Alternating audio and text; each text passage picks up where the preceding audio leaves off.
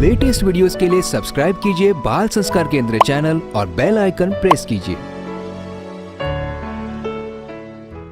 संस्कृति सुवास सृष्टि रचना भाग 5 त्रिदेव का वास्तविक स्वरूप और ब्रह्मा जी को ब्रह्म ज्ञान।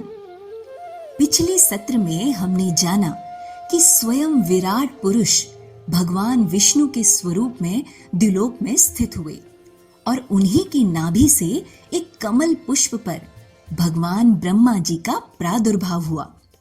जहां भगवान विष्णु की नाभि से ब्रह्मा जी उत्पन्न हुए थे, वही भगवान विष्णु जी के माथे के तेज से भगवान शिव जी का प्रादुर्भाव हुआ।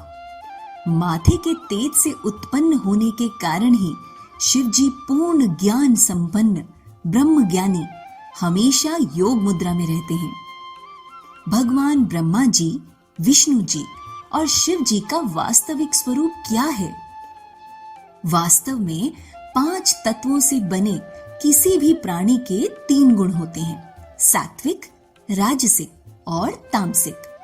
वही स्वयं विराट पुरुष अपने सात्विक गुण से भगवान विष्णु के स्वरूप में, राजसिक गुण से भगवान ब्रह्मा जी के स्वरूप में और तामसिक गुण से भगवान शिव के स्वरूप में इस सृष्टि की रचना, पालन और प्रलय करते हैं।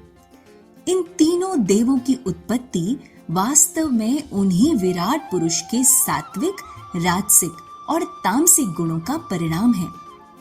ब्रह्मा जी के प्रारंभ में 5 मुख और 4 हाथ थे। वे कमल पर विराजमान थे।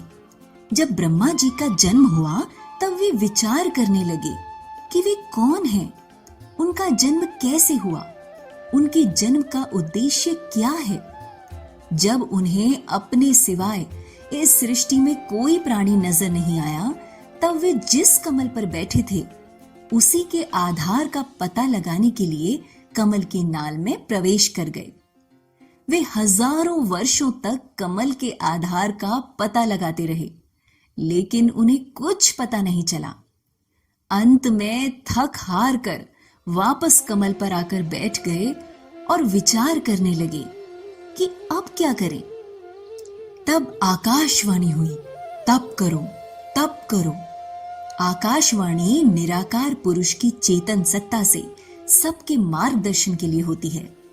ब्रह्मा जी ध्यानस्थ हो गए और 1000 वर्षों तक उन्होंने तप किया। तब भगवान चतुर्भुज नारायण ने प्रसन्न होकर उन्हें दर्शन दिए और ब्रह्म ज्ञान का उपदेश दिया। तब ब्रह्मा जी को अपने वास्तविक स्वरूप का ज्ञान हुआ। फिर भगवान नारायण ने ब्रह्मा जी को सृष्टि की रचना करने की आज्ञा दी। उसके बाद क्या हुआ, जानेंगे अगले सत्र में।